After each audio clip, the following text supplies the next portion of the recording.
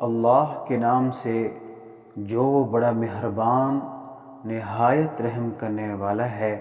ان گنت درود و سلام حضور سرور کونین صلی اللہ علیہ وسلم کی ذات اقدس پر۔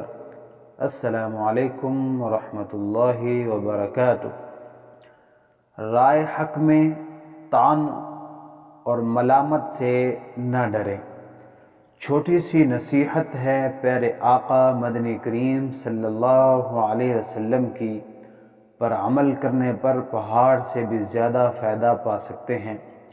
آپ صلی اللہ علیہ وسلم نے فرمایا، لا تخف فی اللہ لومۃ لائم، اللہ کو راضی کرنے میں کسی کی ملامت کا خوف نہ کرو۔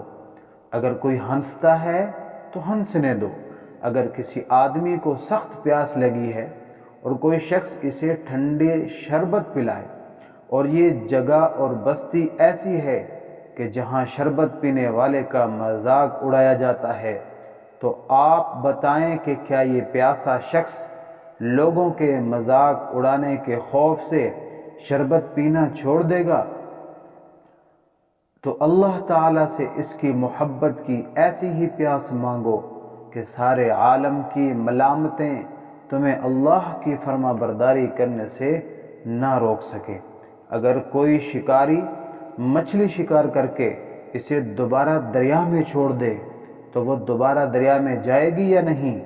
اور وہ دوسری سمندری مچھلیوں کی ہنسی مذاق اور طعنوں کی فکر بھی نہیں کرے گی، کیونکہ اس کو پتہ ہے کہ سمندر کے بغیر ہمیں راحت اور آرام نہیں مل سکتا، خشکی میں تو موت ہے۔ اس لیے وہ کسی کے لعن و طعن کی پرواہ نہیں کرے گی، بلکہ دوبارہ سمندر میں جانے کی کوشش کرے گی۔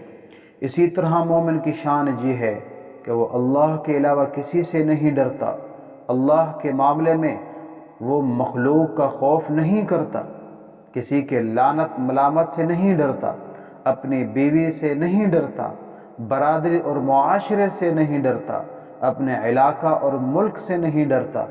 سارا ملک اگر داڑھی منڈا دے لیکن وہ تنہا شیر کی طرح داڑھی رکھتا ہے۔ ہمارے لیے کتنے شرم کی بات ہے کہ 10 لاکھ کی آبادی میں ایک سکھ رہتا ہے، لیکن وہ کافر ہو کر بھی اپنے گرو نانک کی محبت میں داڑھی نہیں منڈاتا۔ بھائیو، ہم کیا دعویٰ کرتے ہیں کہ ہم حضور اکرم صلی اللہ علیہ وسلم کے عاشق ہیں؟ لہٰذا اللہ تعالیٰ سے ایسا ایمان مانگو کہ اگر سارا جہان کافر ہو جائے پھر بھی اے اللہ ہم آپ کو نہ چھوڑیں۔ اسی کو عشق کہتے ہیں۔ اللہ عمل کرنے کی توفیق عطا فرمائے۔ آمین ثم آمین۔